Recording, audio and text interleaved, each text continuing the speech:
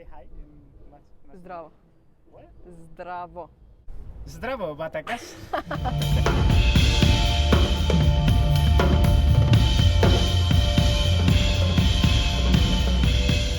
Hola, Batacas. Estamos con Martina Barakoska en el Festival Alteisa 2021. Hola. So, yeah. Hey. So, Martina, your first drum festival ever. You Ever. killed it. Thank you. Really? Thank I you. really enjoyed the show. So, how was the experience for you?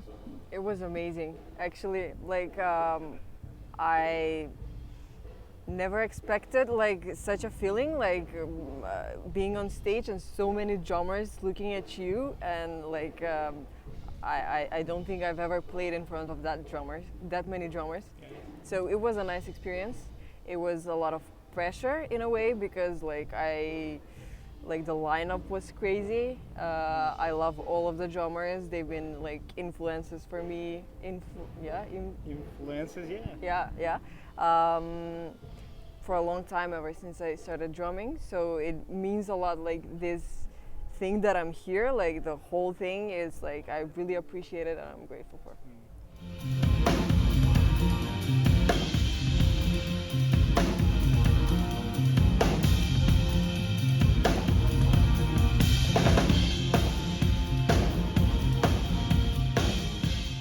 Yeah, you said something very very good, which is do what you can with the time you have, and that's it. You know, Yeah.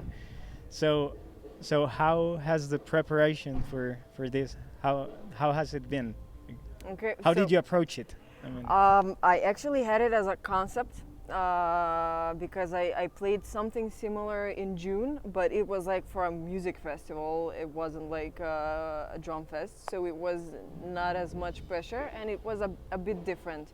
So I added some new songs and some new concepts, refreshed things. As I said inside, it's a set that will constantly change, and that I will upgrade it or downgrade it to what I like at the moment. Mhm. So it was a huge experience for me because everything happened in a week.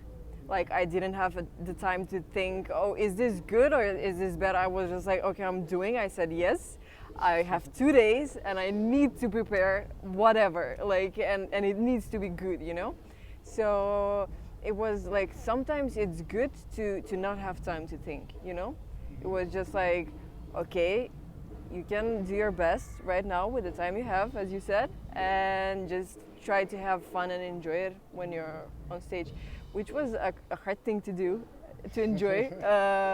I mean, the songs were you got up on stage and you feel oh, I'm gonna crush it, and then the song starts and they're like in slow motion because you're so excited, and the songs are slow and you're you're damn, they're so slow, and I want to feel drum and bass.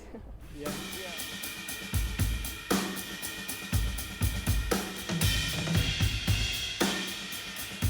Mouthful. Yeah, it's the Yamaha Stage Custom Hip. Okay. Yeah. And why did you choose that set? Okay, so before that I played a huge set, a 22-inch bass drum, 10-inch rack tom, and a 14-inch floor tom, but deeper than this.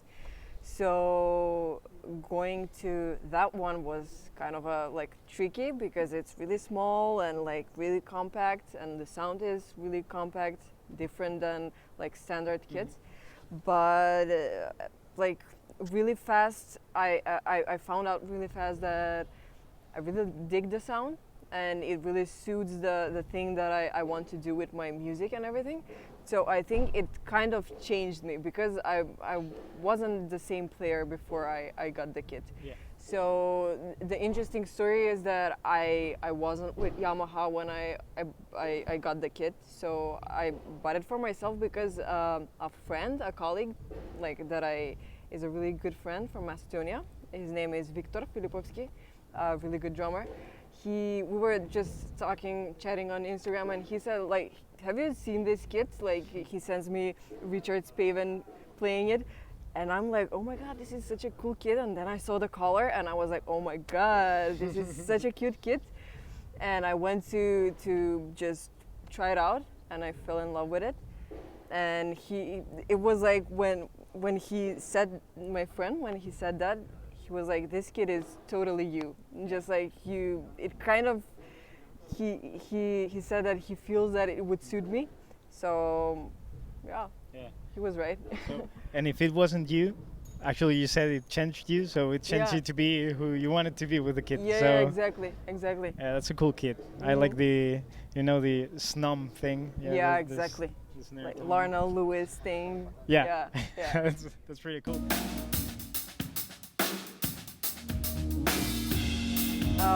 Well, I'm doing a lot of remote session drumming, so whoever needs drums for the song and think that I would suit their song, they reached out to me and just talk about the things that I could help them with. So that's one thing that I do, and with a couple of artists in Macedonia as well, so recording for songs. I also played a song that was out last week that I played on, and it's one of my favorites that I've done lately, so I had to play it. So playing with artists in Macedonia, working on a couple of songs, also playing shows with a couple of artists. Teaching is a big thing for me as well, so I have 9 students in Macedonia, and the thing that makes me happy the most is that 7 of that 9, I think 7, are girls. Oh. And when I started taking private lessons when I was 13, I was the only girl that was like taking lessons, and the other were boys, and now it's the other way around for me as a teacher. So I'm really kind of proud of that, that like girls are reaching out and are eager to play. Yeah. So that's really cool. Yeah, I see that too. I'm a teacher as well, and for the last years, I've seen how it's, I don't know, how the drummer girls are taking over. Yeah. You know? Yeah. I generally don't like the polarization of like female drum festival. Like that shouldn't exist. Like it's people's drum festival, you know? Like girls can play, boys can play, and let's just have fun, you know? Yeah. It's all about music, not about, you know, your gender. Yeah, exactly. I guess. I don't know.